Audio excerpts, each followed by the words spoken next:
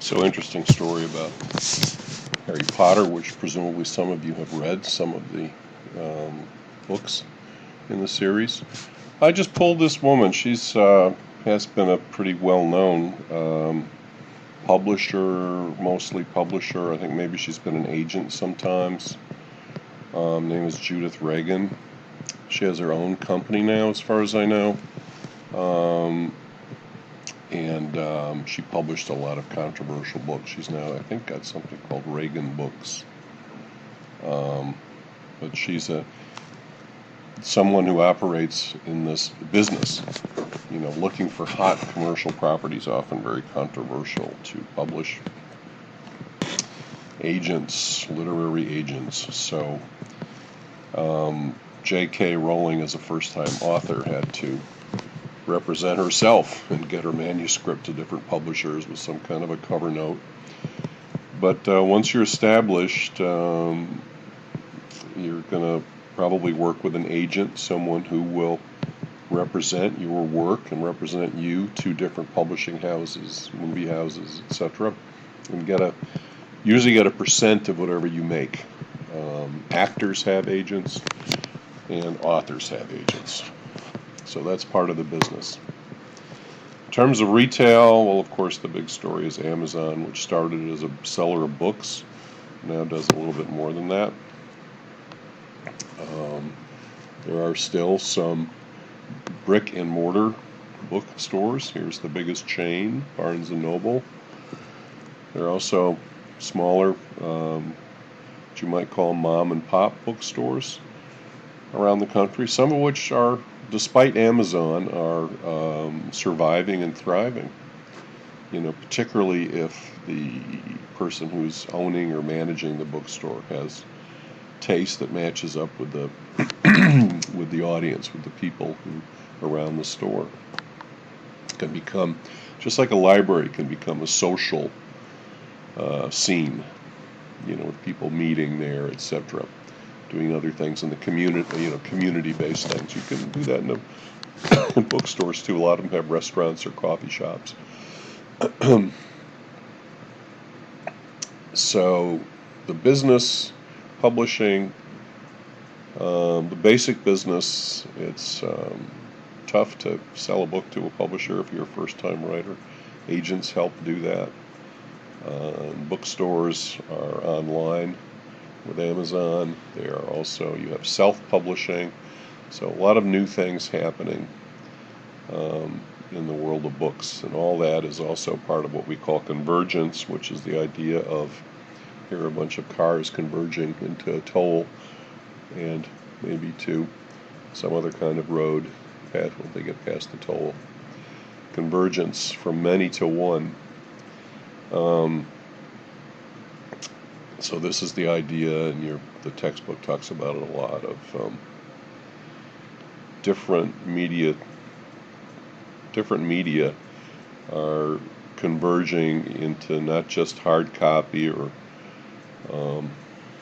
snail mail copies or versions to online electronic, and different types of electronic are also merging somehow. You have someone writes a book, it can be a film, you can have a podcast about the making of the film. So different media types get involved, and a lot of it is moving towards digital. This is from slide provided by the publisher, or the writer of the textbook. Remainders. That's the idea of books that don't sell. Some people taking them and doing things with them. And we've talked about these audiobooks, fastest growing sector. Interesting, like the podcast. People liking the experience of hearing and then using their imagination. And also libraries, like the Library of Congress. Libraries are being digitized. Google's doing a major digitization of books I think they've digitized millions of books, making them searchable. And at my library, the New York Public Library, by the way, since I read a lot, I have a Kindle, and I can download to my Kindle for free books I want to read. So digital libraries.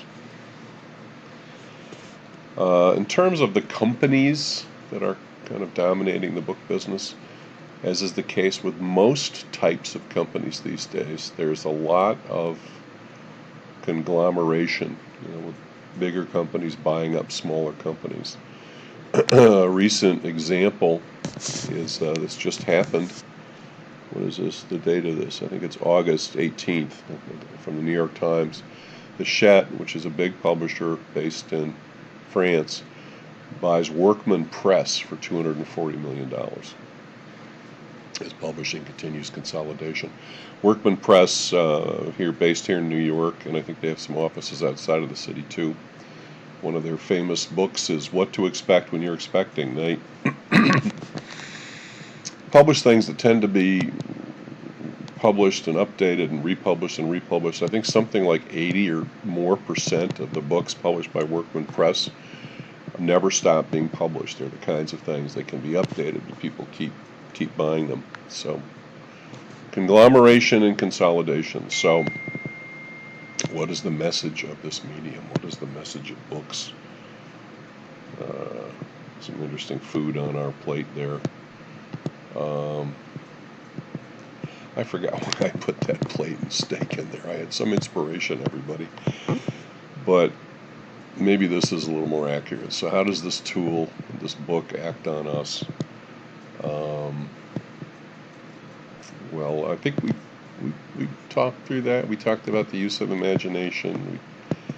The special thing about books, at least the classic book, is that it's a real hardcover item. As such, it's a symbol. As such, it can be stored, it become a repository for learning, as the author says. So there's something special about books. And also, although we talk about digitization, etc., this is an example of a voting ballot in a state election. The smart people who run elections keep copies of the paper ballots. Okay? Yes, we fill it out, and yes, it's scanned and digitized and added up, but there's still a copy of the paper ballot. Because if a recount is demanded, the paper ballot is the only thing you can really trust. Once it's digitized, well, you're just not quite sure what happened to it. It can also, if someone pulls the plug or shuts down the power plant, perish the thought, just as they shut down was it Overland or something? It was the oil pipeline. Remember that a month or so ago? Hackers shut down an oil pipeline. Digital things are prone to hacking, and they're not permanent items like books. There's something special about those books. There's something special about the fact that there are these beacons of knowledge, even in the Dark Ages, 1,000 years ago and more. This is a monastery, keeping our knowledge. And so books are, what are they? They're this. If you could put what a book is and what's special about a book in one sentence, by the way, what would it be? I'm going to ask that question.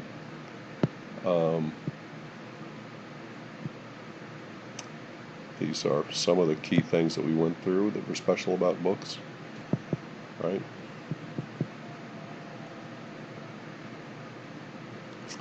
So we've talked about all these things. Analyzing the book chosen by the class. I don't know how I'm going to do that. I don't know if I'm going to analyze a whole book for you guys. Sometimes I get a little carried away. You may have noticed. I'm going to figure out what to do with the book. I may do a poll and ask you guys what we do with the book. That of the ones that, which one did you, whatever one you chose, the poll that wins in the poll. Final thoughts about books. I guess I didn't put it in here, but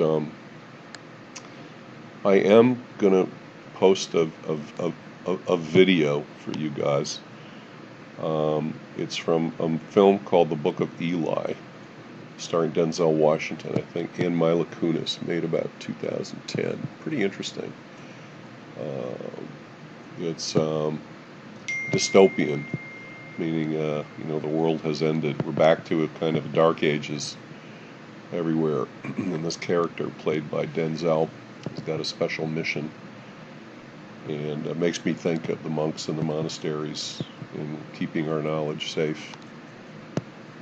And that's probably my last thought on books. Look at the video. I'll do a separate piece on assignments for next week, but you'll be moving on to reading about newspapers, which is chapter 4.